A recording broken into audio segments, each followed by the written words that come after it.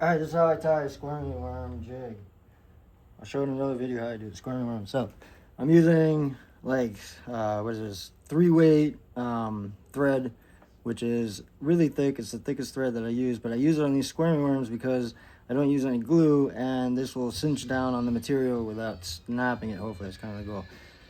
I don't build up a big amount of string behind the bead head on most of my flies actually anymore. I don't even like to go down the shank, but for this one I will. Size 16 or 14, size 14 jig hook, and it's got like a 3.8 millimeter tungsten black bead head, which is really pretty big for this, but you want it because the fly material is pretty thick, so we want it to match like the size of the head there. So I'll just get my string going, my thread going here a little bit. Cut that off.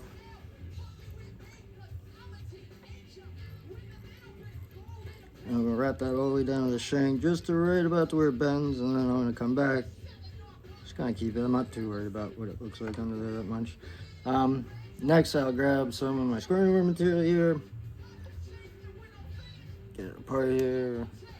And I say go with a long piece. The longer, the better. You can always cut it short when you get to the water. But the longer it is, the more it's going to twirl and spin in the water and stuff for you. So, I mean, I'm going to start with this one being pretty long, yeah.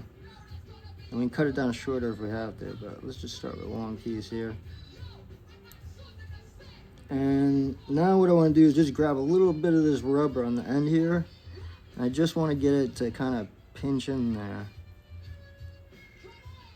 Kind of not that pretty looking at first, but I'm gonna keep doing this till I can get right up on top there with it.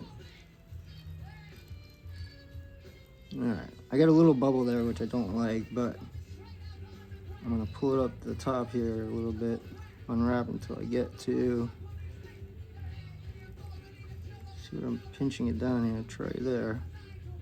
Alright, move that to the top and then hold down on it. There we go. Now, that's pretty good. Now I can just stretch it up towards me and back, and I'm gonna wrap. I'm not wrapping that tight on this, okay? I'm just doing enough to hold it on the top of the hook here. And then see how it's kind of towards me right now, but watch, when I pull it tight, it pulls it over a little.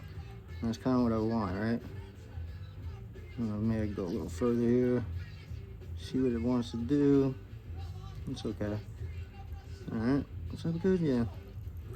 Now, since I got that set up, now I'm just going to wrap back up. Kind of clean up that little bubble right there. See if we can push that